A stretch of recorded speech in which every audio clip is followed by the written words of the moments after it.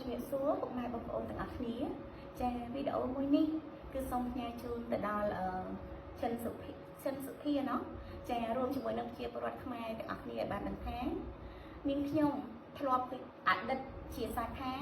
របស់ភេកសាធម្មជាតិកសិករខ្មែរនៅសាខាភ្នំពេញប៉ុន្តែនៅពេលដែលមានបញ្ហាផ្ទុះរឿងតរេនកើតឡើងនាងខ្ញុំក៏បានផ្ដាច់កុងត្រាឈប់មានការពាក់ព័ន្ធជាមួយនឹងភេកសាធម្មជាតិកសិករខ្មែរតទៅទៀតហើយអញ្ចឹងហើយទៅជាដើមហេតុធ្វើឲ្យខ្ញុំកែប្រែឈ្មោះភេកមកជាភេកផ្លែឈើខ្មែរហូបផ្លែ12រដូវវិញចាហើយក៏ចង់បញ្ជាក់ប្រាប់បងប្អូនទាំងអស់គ្នាបានដឹងថា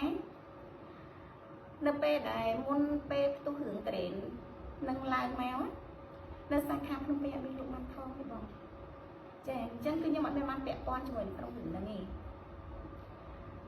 ចង់បញ្ជាក់ប្រាប់បងប្អូនថារាល់ការកម្មង់ការគ្រប់គ្រង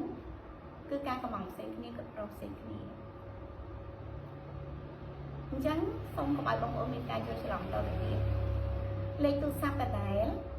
ដោយសារលេខទូរស័ព្ទហ្នឹងជាលេខទូរស័ព្ទរបស់ខ្ញុំផ្ទាល់ខ្ញុំផ្លាស់ប្ដូរឈ្មោះភេកដោយសារតែខ្ញុំអត់មានអីពាក់ព័ន្ធជាមួយគាត់បន្តទៀតទេអញ្ចឹងសង្ឃឹមថាបងប្អូននឹងយល់ណាអរគុណច្រើនជំរាបលា